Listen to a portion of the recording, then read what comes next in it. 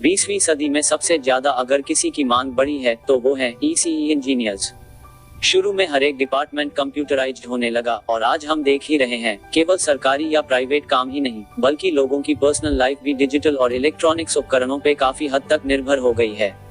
यही मुख्य कारण है कि भारत के साथ साथ पूरे विश्व भर में ECE इंजीनियर्स की मांग बहुत ज्यादा बढ़ी है।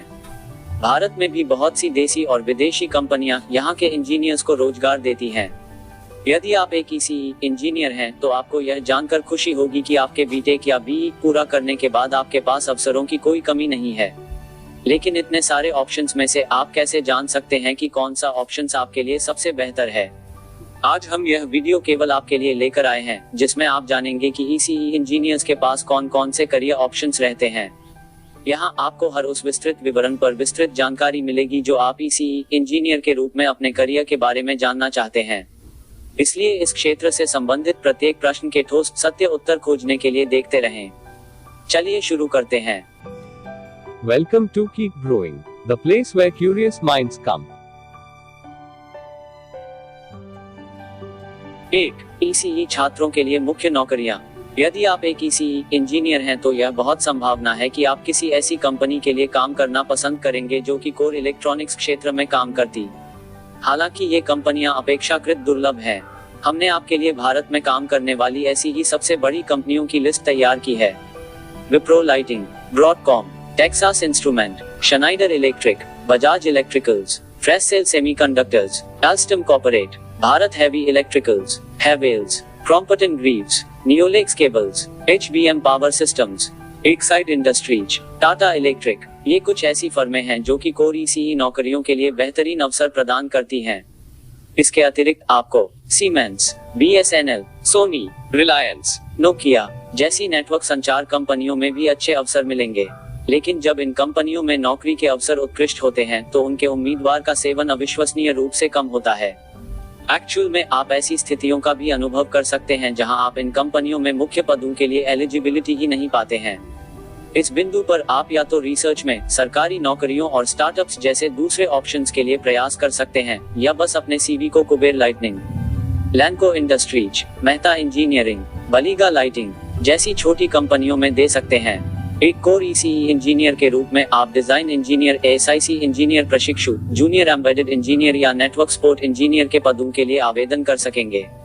यदि आप नौकरी करते हैं तो आपको सर्किट डिजाइन, वायरलेस संचार, robotics, electronics, VLSI, nano technology, embedded system, digital electronics, optical संचार, सिग्नल प्रोसेसिंग, नियंत्रण प्रणाली के क्षेत्र में काम करने का मौका मिलेगा। एनालॉग इलेक्ट्रॉनिक्स, नेटवर्किंग में भी आपको मौका मिलेगा। 2. ECE छात्रों के लिए नॉन कोर जॉब्स। जैसा कि मैंने पहले ही उल्लेख किया है, एक ECE इंजीनियर के रूप में आपकी पहली मुख्य नौकरी में रखा जाना अक्सर बहुत मुश्किल हो सकता है और यही कारण है कि आपको गैर कोर नौकरियों के लिए प्रयास करने की आवश्यकता है। जबकि इनमें से अधिकांश नौकरियां सॉफ्टवेयर उद्योग में हैं, जिन्हें आपको पिछले 4 वर्षों में सीखी गई तकनीकी विशेषज्ञता की आवश्यकता नहीं है। यदि आप C++, पाइथन और जावा जैसी भाषाओं और उत्कृष्ट संचार कौशल का ज्ञान रखते हैं तो आप ये नौकरियां हमेशा प्राप्त कर सकते हैं। एक बार जब आप अपने सॉफ्टवेयर कौशल को सुधार लेते हैं तो आप Wipro, TCS, Accenture, Infosys, HCL और पसंद की निजी कंपनियों में आवेदन कर सकते हैं। यहाँ आप सहायक software engineer, junior software engineer, programmer, net engineer, quality manager, developer और व्यापार विश्लेषक की स्थिति के लिए आवेदन कर सकते हैं। हालांकि ये नौकरियां आपके मुख्य डोमेन में नहीं आती हैं, फिर भी वे अच्छी तरह से भुगतान करते हैं और सभ्य बढ़ोतरी के साथ आते हैं। इसके अतिरिक्त यदि आप अपनी नौकरियों में अच्छा प्रदर्शन करते हैं तो साइट पर ऑफर प्राप्त करने का एक अच्छा मौका है। ऑप्शन B, इनमें से अधिकांश निजी कंपनियां आपके कॉलेज प्लेसमेंट के लिए नहीं आती हैं। इसलिए यदि आप वास्तव में इन कंपनियों के लिए कोशिश कर रहे हैं तो उनकी आधिकारिक वेबसाइटों में उनके ऑफ कैंपस प्लेसमेंट शेड्यूल के बारे में पता करें। 3. सरकारी नौकरी। ECE में अपना बीटेक पूरा करने के ठीक बाद आपके पास सरकारी नौकरियों के लिए आवेदन करने का विकल्प भी होगा। यद्यपि अधिकांश सार्वजनिक सेवा कंपनियां आपके गेट स्कोर के आधार पर भर्ती करती हैं, लेकिन उनमें से कुछ ही फ्रेशर्स के लिए अवसर प्रदान करती हैं। आपके क्षेत्र में कुछ सामान्य सार्वजनिक उपक्रमों की नौकरियां BSNL, MTNL, ISRO, DRO, rail, ONGC, SAIL जैसी कंपनियों में तकनीशियनों और इंजीनियरों की पोस्ट के लिए भी होंगी। दिलचस्प बात यह है कि आपको राज्य और केंद्र सरकार दोनों में काफी अधिक वेतन देने वाली सरकारी नौकरियां मिलेंगी। यहां आप defence, radio, airport, railway, telegraph, IAS, Indian engineering services और कई अन्य समान पदों के लिए आवेदन कर सकते हैं। उसके ऊपर आप कर्मचारी चयन आयोग और संघ लोक सेवा आयोगों में कम्पीट करके केंद्र सरकार में नौकरी भी प्राप्त कर सकते हैं। उनकी आगामी परीक्षाओं के बारे में सूचनाएं उनकी वेबसाइटों पर उपलब्ध होंगी। Bank jobs. हाँ, कई बैंक तकनीशियनों और जूनियर इंजीनियरों की स्थिति के लिए ईसीई इंजीनियरों को नियुक्त करते हैं। उद्योग में आईबीपीएस, एसबीआई जैसे बड़े समूह हर साल विभिन्न पदों के लिए इंजीनियरों को नियुक्त करते हैं। आपको बार बार इनकी वेबसाइट्स चेक करनी चाहिए। Army jobs. अगर आप देशभक्ति से भरे हुए हैं और सर्वोत्तम तरीके से देश की सेवा करना चाहते हैं तो आप अपने इलेक्ट्रॉनिक्स एंड कम्युनिकेशन इंजीनियरिंग को पूरा करने के बाद सेना की नौकरियों के लिए भी आवेदन कर सकते हैं। यहाँ आप भारतीय सेना, भारतीय नौसेना और भारतीय वायुसेना के पदों के लिए आवेदन कर सकेंगे। आपको बस इतना करना है कि आगामी साक्षात्कार कार्यक्रम और चयन प्रक्रियाओं के बारे में पूरी तरह से अपडेट होने के लिए भारतीय सेना की आधिकारिक वेबसाइट देखें। Teaching jobs. अगर टीचिंग आपका पैशन है तो आप अपना बीटेक पूरा करने के बाद टीचिंग जॉब पाने की कोशिश कर सकते हैं। यद्यपि आपको अपनी स्थिति को बनाए रखने के लिए अपने एमटेक को पूरा करना होगा और कुछ रिसर्च करना होगा, लेकिन इस क्षेत्र में नौकरी के अवसर बहुत अच्छे हैं। 4. अपना खुद का स्टार्टअप खोलें। स्टार्टअप भी एक बहुत अच्छा ऑप्शन है। अगर आप सच में कुछ बड़ा कर दिखाना चाहते हैं तो स्टार्टअप सबसे बेहतर ऑप्शन है। आप अपनी ग्रेजुएशन के बाद या ग्रेजुएशन के दौरान भी स्टार्टअप पे काम कर सकते हैं। यदि आप अपने विषय में बहुत अच्छे हैं और हाथ में एक उचित योजना है तो आपका स्टार्टअप जरूर सफल होगा। पर याद रहे, इसमें आपके बिजनेस स्किल्स भी बहुत ज्यादा मैटर करते हैं। आप कोर इलेक्ट्रॉनिक्स में या किसी और फील्ड में भी स्टार्टअप कर सकते हैं। अगर हम कोर फील्ड की बात करें तो आप वीएलएसआई से रोबोटिक्स तक, नैनो टेक्नोलॉजी से ऑप्टिकल कम्युनिकेशन, डिजिटल इलेक्ट्रॉनिक्स के लिए एम्बेडेड सिस्टम तक आपके विकल्प बहुत अधिक हैं। आपको बस सही तकनीक को चुनना है, एक ठोस बिजनेस प्लान तैयार करना है और फिर उस पर काम करना है। पर साथ ही याद रहे कि कोई भी बिजनेस करने के लिए आपको औरों से कई अधिक मेहनत करनी पड़ती है। अगर आप अभी बीटेक कर ही रहे हैं तो आप ध्यान से सुनिएगा। अब मैं आपको जो बात बताने जा रहा हूँ वो बेशक ही आपको कोई नहीं बताएगा। मैं आपको वो डायमंड ऑप्शन बताने जा रहा हूँ जो आपके पास केवल आज है, लेकिन बीटेक के बाद नहीं होगा। आपके बीटेक के दौरान आपको लास्ट ईयर में माइनर प्रोजेक्ट और मेजर प्रोजेक्ट करना होता है। अगर आप एक ऐसे प्रोजेक्ट पर काम करते हैं जिसकी सोसाइटी को या देश को या सरकार को जरूरत है और जो आज तक किसी ने ऐसा कुछ बनाया नहीं है, तो आप इस प्रोजेक्ट को कंप्लीट करके पेटेंट करवा सकते हैं। फिर आप उस पेटेंट को बेचकर या रेंट पर देकर भी पैसे कमा सकते हैं।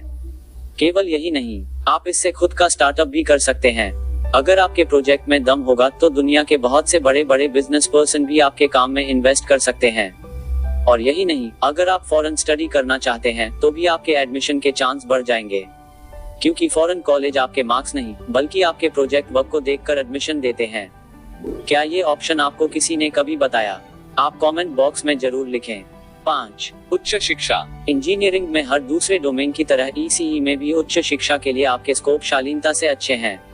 चाहे वह एमटेक, एमबीए, पीएचडी या एमएस हो, ये सभी ही बहुत अच्छे ऑप्शंस हैं। इनके बारे में डिटेल में हम बताने जा रहे हैं ताकि आप पूरी तरह से क्लियर हो जाएं। एमटेक, जैसा कि आप पहले से ही जानते हैं, आप गेट के लिए योग्य होने के बाद 2 साल तक एमटेक कर सकते हैं। यदि आप आईआईटी, एनआईटी या आईआईएससी में आवेदन कर रहे हैं तो आपको लिखित और मौखिक परीक्षाओं के लिए भी उपस्थित होना पड़ सकता है। यदि आप एंट्रेंस एग्जाम में अच्छा स्कोर करते हैं तो आप ऑटोमोटिव ईसीई, सेंसर प्रौद्योगिकी ECE, nano technology, network engineering, VLSI design और यहां तक माइक्रो इलेक्ट्रॉनिक्स के डोमेन, उप डोमेन से भी चयन कर पाएंगे। पीएचडी, आपको बहुत सारे संस्थान मिलेंगे जो पीएचडी और एमटेक के लिए एक इंटीग्रेटेड कोर्स प्रदान करते हैं। यहां आपको अपने चुने हुए संस्थानों द्वारा आयोजित गेट और व्यक्तिगत लिखित, मौखिक परीक्षाओं में अच्छा स्कोर करना होगा। पीएचडी उन उम्मीदवारों के लिए आदर्श है जो इलेक्ट्रॉनिक्स और कम्युनिकेशन के क्षेत्र में एक विशेष डोमेन पर रिसर्च करना चाहते हैं। पीएचडी शोध विद्वान के रूप में आपको एसोसिएट प्रोफेसर या वैज्ञानिक का ग्रेड पे प्रदान करती है। एमएस, जबकि भारत में एमएस के दायरे सीमित हैं, आप हमेशा देश से बाहर के विश्वविद्यालयों में आवेदन कर सकते हैं। एक विदेशी विश्वविद्यालय में एमएस के लिए आवेदन करने के लिए आपको जीआरई विषय पर अपने कौशल का परीक्षण और TOEFL IELTS अपनी अंग्रेजी बोलने की क्षमता का परीक्षण के लिए अर्हता प्राप्त करनी होगी।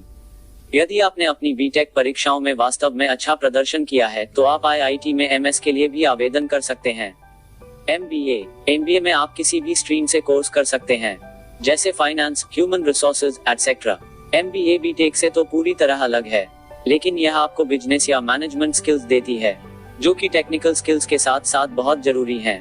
प्रतिष्ठित आईआईएम से एमबीए करने के लिए कैट, एक्सएटी या जीमैट के लिए उपस्थित हो सकते हैं। इस पाठ्यक्रम की अवधि 2 साल है और एक बार जब आप इसे पूरा कर लेते हैं तो आपको बहुराष्ट्रीय कंपनियों के लिए काम करने के कुछ अद्भुत अवसर मिलेंगे।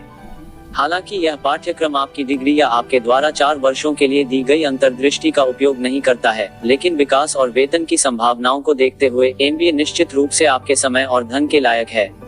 अंतिम विचार। अंत में मैं आपको प्रोफेसर एपीजे अब्दुल कलाम जी की वो बात याद दिलाना चाहता हूँ, जिसमें वे कहते हैं कि आपका लक्ष्य हमेशा बड़ा होना चाहिए। छोटा लक्ष्य निर्धारित करना एक जुर्म है। आप बड़ा लक्ष्य निर्धारित कीजिए और अपने जी जान से उसे पूरा करने के लिए सही दिशा में काम करिए। आप वीडियो को लाइक करने के साथ साथ सब्सक्राइब और शेयर जरूर करें। आपका एक शेयर किसी की जिंदगी बना सकता है। आपका दिन मंगलमय हो। बहुत बहुत शुक्रिया।